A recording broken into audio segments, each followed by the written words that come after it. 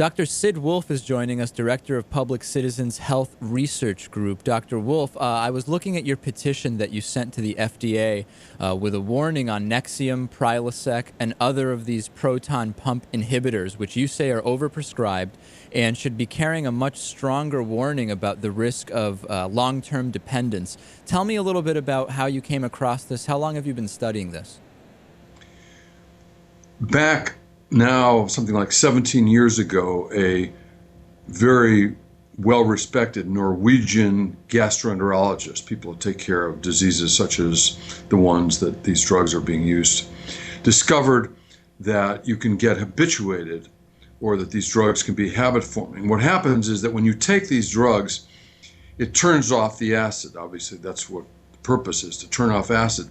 But in turning off the acid, the body, in a sense, gets frustrated and starts making more tissue in the stomach. But the tissue really can't produce any acid, so it's held in suspense or in suspended animation.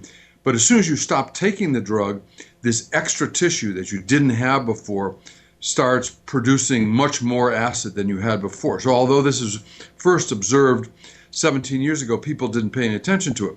More recently, a couple of years ago, studies show that perfectly normal, healthy people like you and I, David, and others, if you put them on these drugs, they didn't have any kind of stomach problems at all, you put them on the drugs for a month or so, and when you stop the drugs, they start having symptoms of acid. In other words, you're causing disease in people who didn't have any before. Right now, the FDA does not have a black box warning, which is the strongest warning that you can have on a drug for anything at all. In fact, there's no mention anywhere in the FDA-approved labeling about the fact that these drugs can cause dependence. So what we're asking the FDA to do is to put a black box warning, which would be noticed hopefully by doctors, and they would inform their patients and make sure patients know about this. I want to go back a little bit and talk about the overprescription, because overprescription of drugs is something we've talked about a lot on this program. And there's a number of different reasons why something could be overprescribed. And the one I want to ask you about, because I regularly see Prilosec commercials on television, when we look at the effect of advertising, is this the type of medication that you believe people are going into their doctors and asking for by name, or maybe reporting symptoms in a way that they are seeing described on television? Is that the source? Is the source doctors that don't know about these risks? Where do you see it? The source is all of the above. The fact that the FDA itself, another source of the problem is the FDA, because the FDA has known for a while about this dependence problem.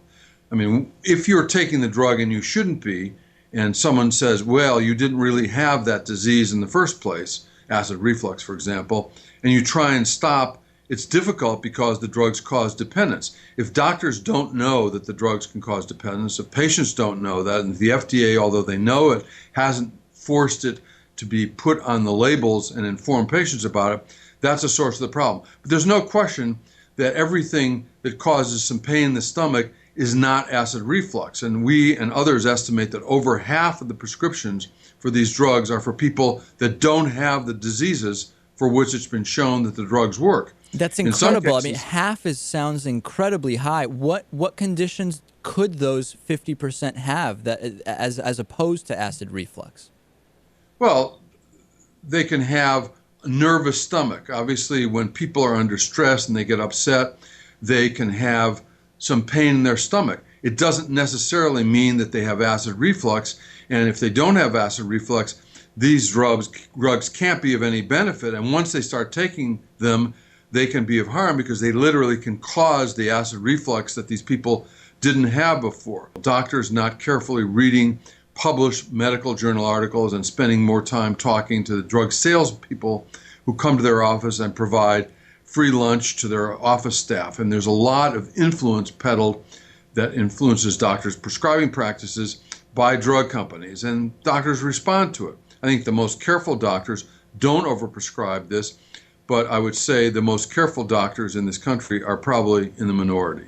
When we talk about dependence, the way that you discussed when it comes to Nexium and Prilosec, Is it different than when we talk about, for example, people who become dependent on painkillers after and above and beyond when they've actually been prescribed, for example? This is a little bit of a different dependence, is it not, in the sense that it is actually causing the symptoms initially designed to treat, and then people need the medication. Is this a different type of dependence than, for example, to painkillers? It is, and that's why we do not say this is an addiction. If someone becomes dependent on something, it means that once they stop, something unpleasant can happen. In this case, more acid pouring out than originally was the case, and reinstitution of pain syndrome. So yes, they are different, but to the extent that it is very difficult for people, once they've been taking them for a month or so, to stop, that accurately is described by saying they have become dependent on these drugs. Interesting. So the call is for a black box warning, as you described. What does it take to get that from the FDA?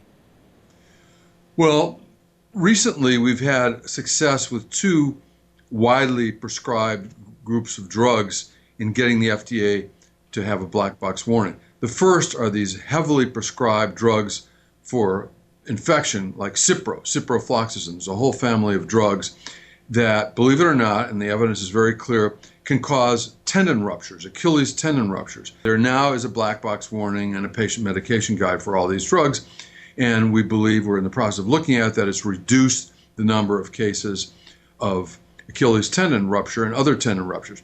The second class that we did this on was Botox. Botox, widely used, as everyone knows, for both cosmetic and medical purposes, has resulted in a number of deaths. The deaths occur when the Botox, which is a potent nerve poison, starts migrating to the esophagus, giving people difficulty swallowing. And when people have difficulty swallowing, they can aspirate food, it can go into the lungs and cause food aspiration pneumonia. And there are a number of deaths, including in children, from this. There was, again, no adequate warning on the FDA labeling or in patient medication guides. So again, we petitioned the FDA in January of 2008, and a little more than a year later, faster than happened with the Cipro and Achilles tendon rupture, the FDA put this out. So we at least are guardedly optimistic that we can convince the FDA to put much better warnings on these widely prescribed drugs. They're one of the biggest families of drugs prescribed in the country, and particularly since over half the prescriptions are unnecessary, this is a serious problem that causes diseases that would be preventable. Absolutely. Dr. Sid Wolfe, Director of Public Citizens Health Research Group. Thanks so much for joining us. A pleasure. David, good talking with you. Okay, take care.